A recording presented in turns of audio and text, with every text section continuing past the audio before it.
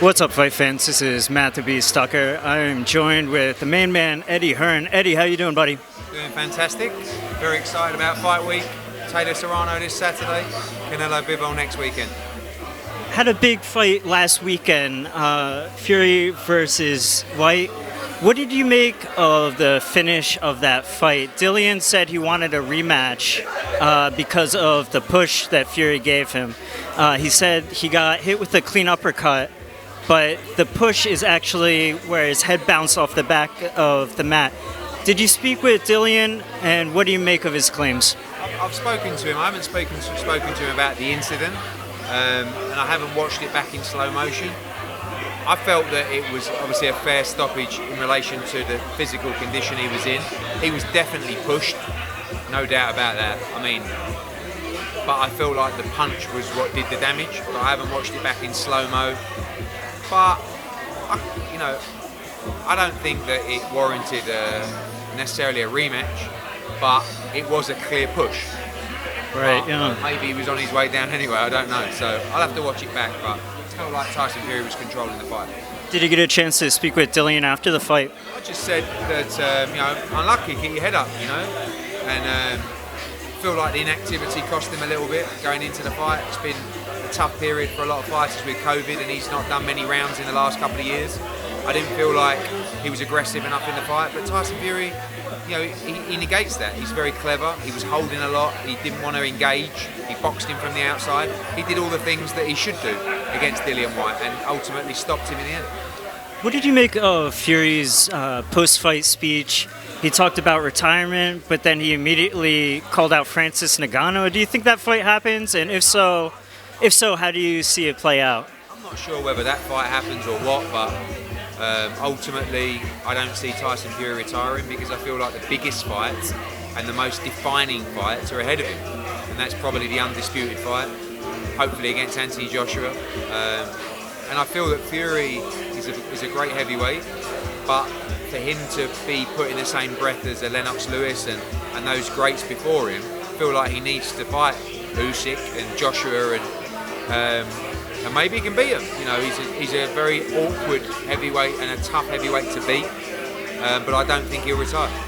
Do you have any updates on Joshua versus Usyk? A lot of craziness happening with Usyk fighting the Russians. Any updates on that fight? We're working on the date now with our team. It will be in July, and we hope to have that confirmed in the next couple of weeks. So the winner definitely would fight Fury if he doesn't retire? I think so. It's a natural fight, undisputed fight. And we'll see if Tyson Fury continues. Anyone has the choice in any job to retire at any moment. And if he did, good luck to him. But I just feel that if he wants to be remembered as a true great, then there are some big fights out there for him. Big fight this week. Katie Taylor, Amanda Serrano. This is a monumental event for women's boxing in general. Why do you think there's so much success with women headlining UFC cards, but not so much shine given to women boxing? It's just the focus of it. There's been obviously key focus around women headlining in UFC events, going back to Ronda Rousey, maybe even before that Holly Holm. Now of course Amanda Nunes, and you see it in WWE as well.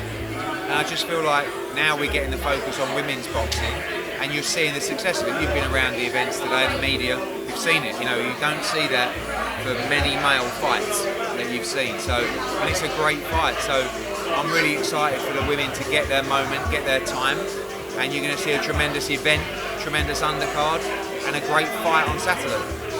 Jake Paul in the mix. He is repping Amanda Serrano.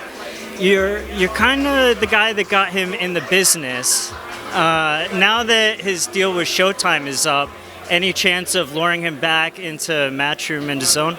I don't know. I don't want to do YouTube boxing anymore, but Jake's kind of not YouTube boxing anymore. He's got his own business, his own promotional company. He's very smart. If we can help in any way, I would always enjoy being involved in a Jake Paul fight, in a real fight, not a YouTube fight, because he's a boxer now.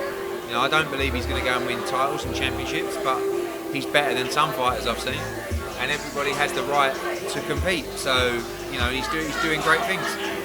if you were representing him, who would you match him up with at this point? Because he's in kind of like a, I don't know what to call it, like he's knocking out former UFC champions, but he's not quite ready for a title shot. What would you do with him? No, I'd keep him. I mean, Tommy Fury, I think, is a fight they've talked about.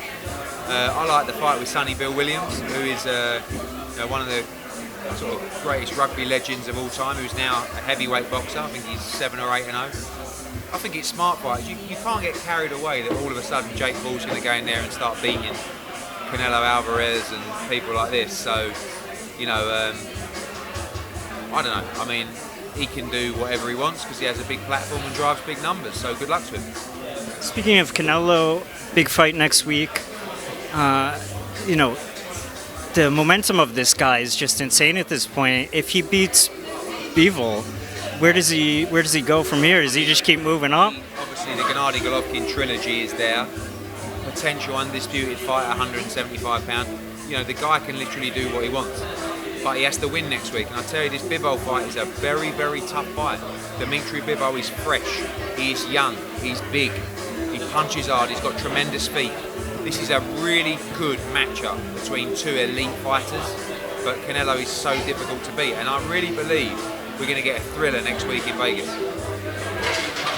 So, what did you make of Gennady's performance the other day? I actually thought it was a good performance. Like, Gennady always starts slow, but also remember two things. Number one, he hasn't boxed for over 400 days. Number two, he went to the guy's backyard to fight him. He had a slow start, he got beaten up a little bit, and he went through the gears and he knocked the guy out, and he unified the division. So, is Gennady as fresh as he used to be? Maybe not, but he's very dangerous.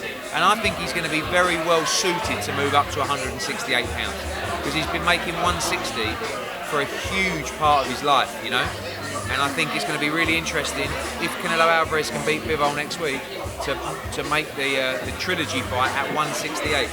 Is that where it would definitely be, at 168? Yeah. If that fight happens, which I believe it will, we'll see him at 168. Eddie Hearn, thank you so much. Looking forward to the rest of the week. Thanks so much.